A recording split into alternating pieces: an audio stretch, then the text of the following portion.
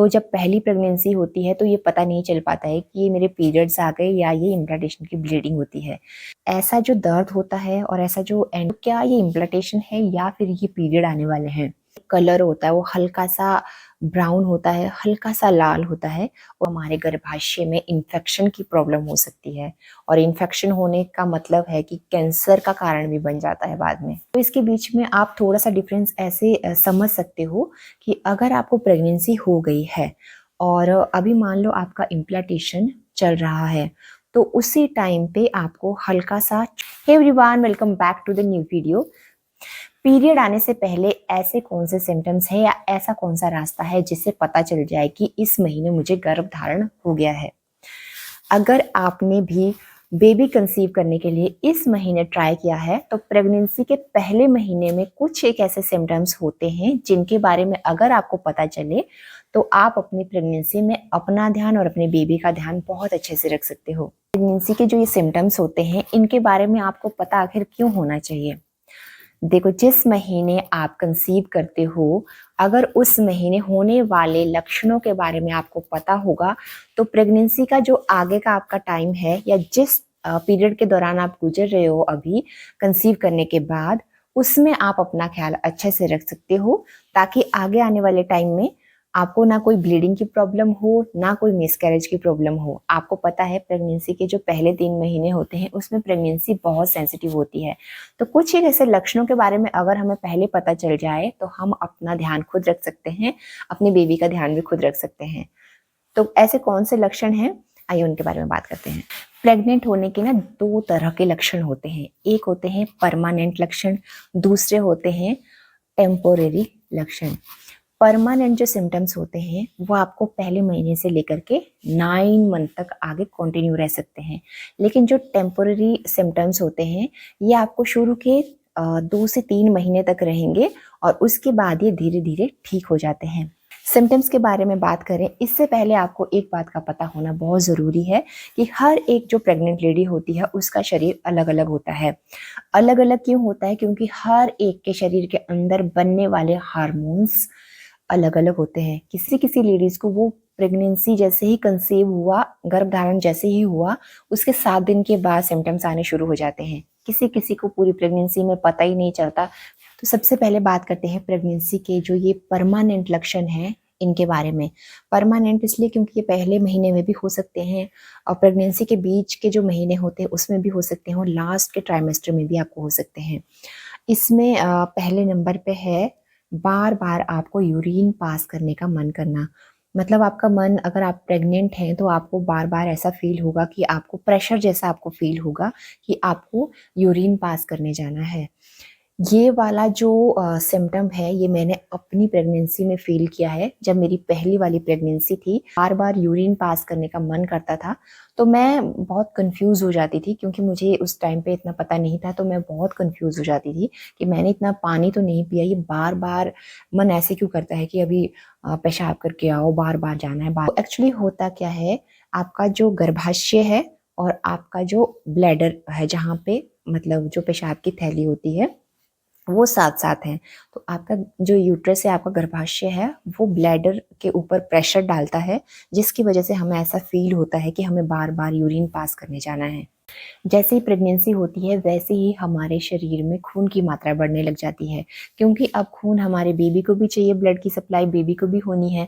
तो शरीर क्या करता है, ज़्यादा मात्रा में ब्लड प्रोड्यूस करता है। अब ऐसे में क्या होता है कि जो ब्लैडर है वहाँ पे फ्लूइड की मात्रा ज़्यादा बढ़ने लग जाती है और दबाव भी बढ़ने लग जाता है। दूसरा है पीरियड मिस होना।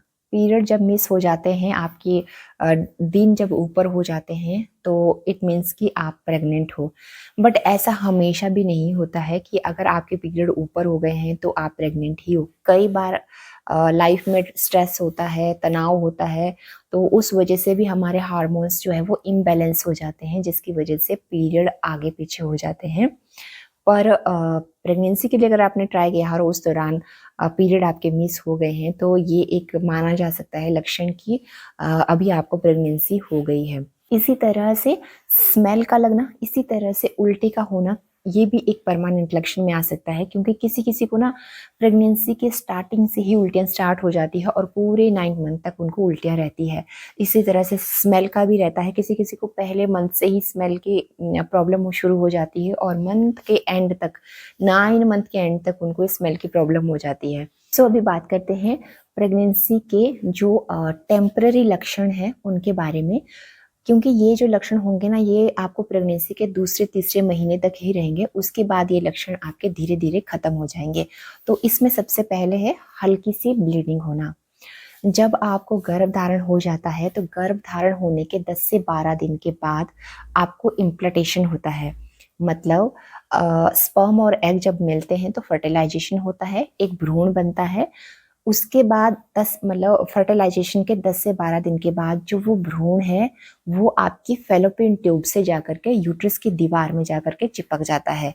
ये हो गया आपका इम्प्लांटेशन। जब वो गर्भाशय से जाकर के चिपकता है तो हल्की सी स्पॉटिंग होती है और मतलब 2-4 बूंदें आती हैं ब्लड की पहले या दूसरे दिन। तो इस तरह की ब्लीडिंग को इम्प्लांटेशन की ब्लीडिंग कहते हैं। अगर किसी की पहली प्रेगनेंसी है तो उसमें ये बड़ी कंफ्यूजन हो जाती है, क्योंकि पता नहीं होता है उस टाइम पे ये जो इम्प्लांटेशन की ब्लीडिंग होती है ये आपके पीरियड के दिनों के आसपास होती है।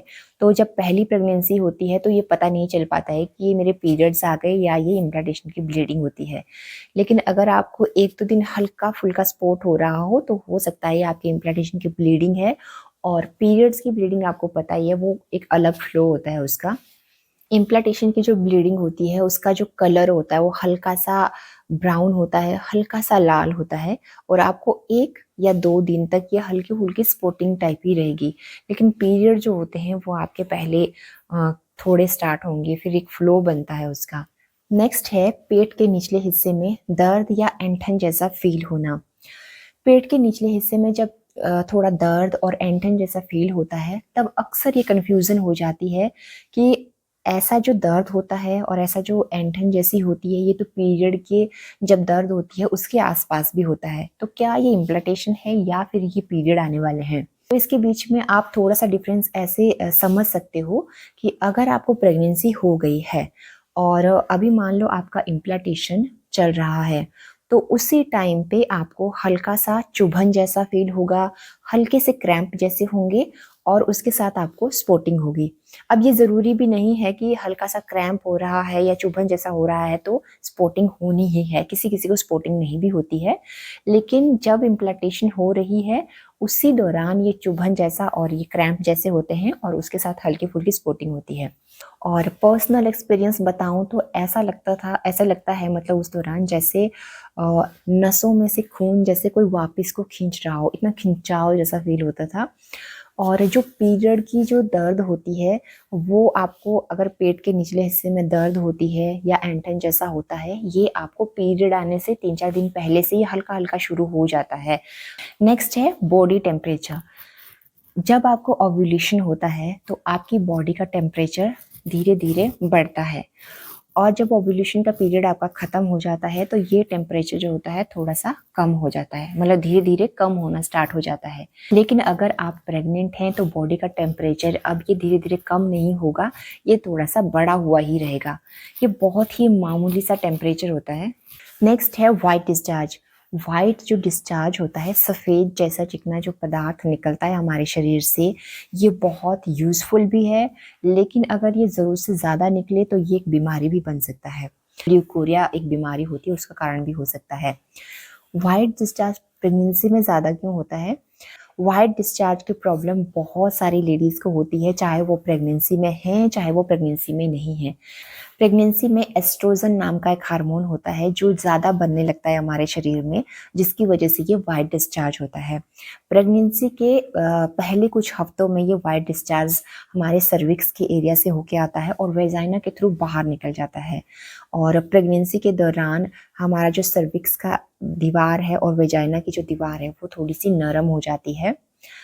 बहुत सारे ऐसे डेड सेल्स होते हैं, बहुत सारे ऐसे बैक्टीरियाज होते हैं हमारे शरीर के अंदर जो इस वाइट डिस्चार्ज के रूप में हमारे सर्विक्स से होते हुए वेजाइना के थ्रू बाहर निकलते हैं, जिनका बाहर निकलना बहुत ज़रूरी होता है। तो ये नेचर का एक नेचुरली वे समझ लो कि वो हमारे शरीर से मतलब डेड सेल और बैक्टीरिया को इस तरह से बाहर निकालता है। ये जो डेड सेल्स होते हैं और बैक्टीरिया होते हैं, ये हमारे शरीर से निकलने बहुत ज़रूरी होते हैं, नहीं तो हमारे गर्भाशय में इन्फेक्शन की प्रॉब्लम हो सकती है। और इन्फेक्शन होने का मतलब है कि कैंसर का कारण भी बन जाता है बाद में। अगला सिम्टम है ब्रेस्ट हेवी होना।